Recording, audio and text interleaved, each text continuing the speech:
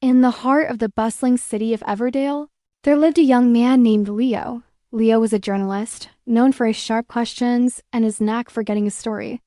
He was ambitious and always on the move, chasing the next big headline. His days were a whirlwind of interviews, deadlines, and the constant hum of the newsroom. He spoke more than he listened, always eager to share his own thoughts and opinions, believing that was how you made a mark in the world.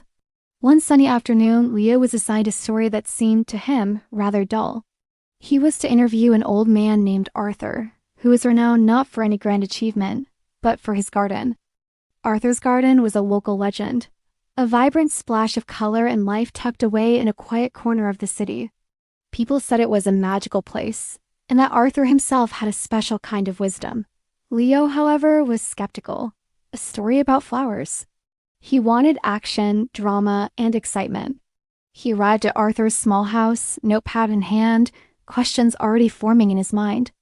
He found Arthur sitting on a wooden bench in the middle of his garden, surrounded by a breathtaking array of roses, lilies, and sunflowers.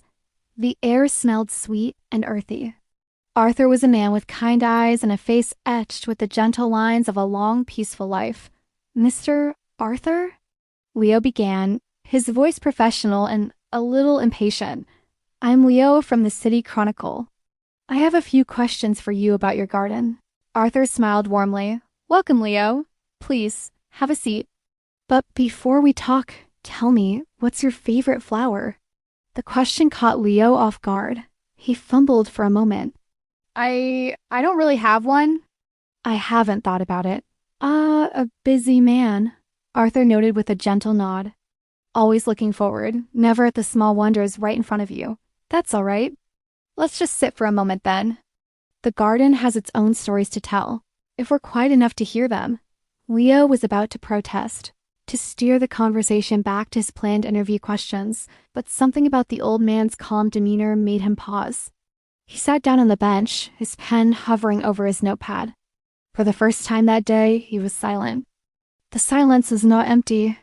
It was filled with the soft rustling of leaves, the cheerful chirping of sparrows, and the distant, gentle buzz of a honeybee. Leo noticed the intricate patterns on a butterfly's wings as it danced from one flower to another.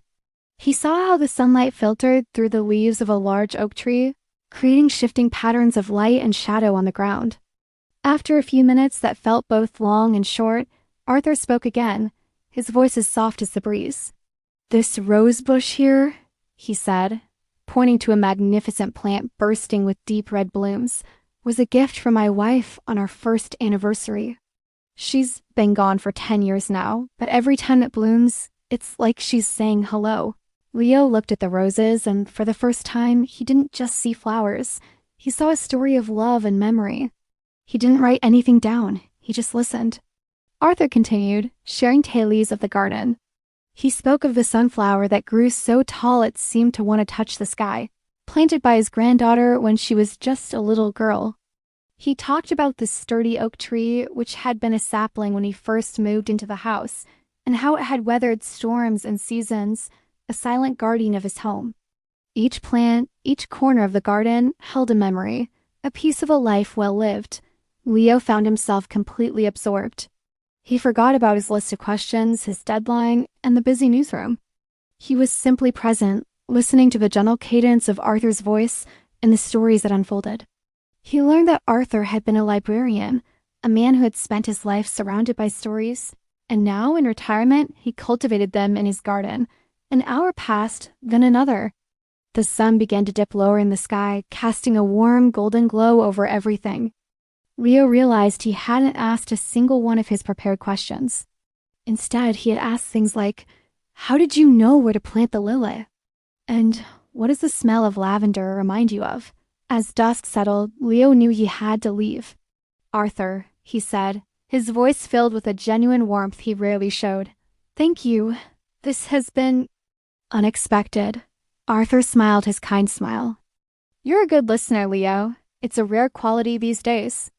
People are so eager to speak, to prove their own worth, that they forget the power that lies in simply hearing another person. To truly listen is to give someone the greatest gift of all, your time and your attention. It's how we connect, how we understand, and how we learn.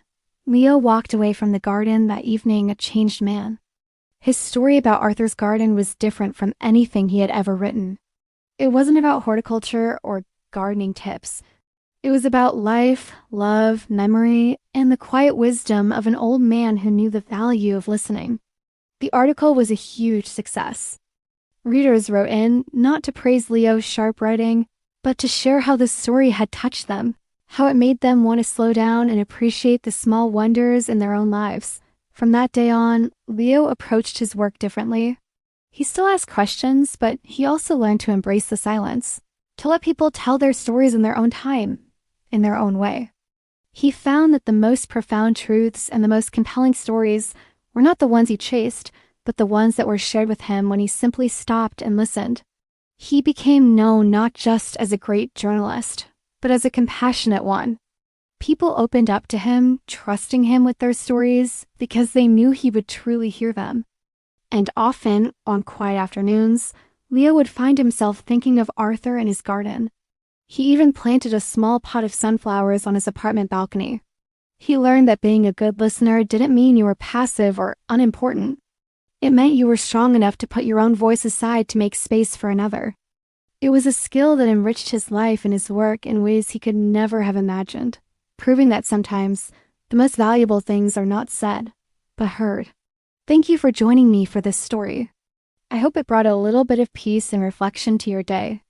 If you enjoyed it, please consider liking this video and subscribing for more cozy stories. See you next time!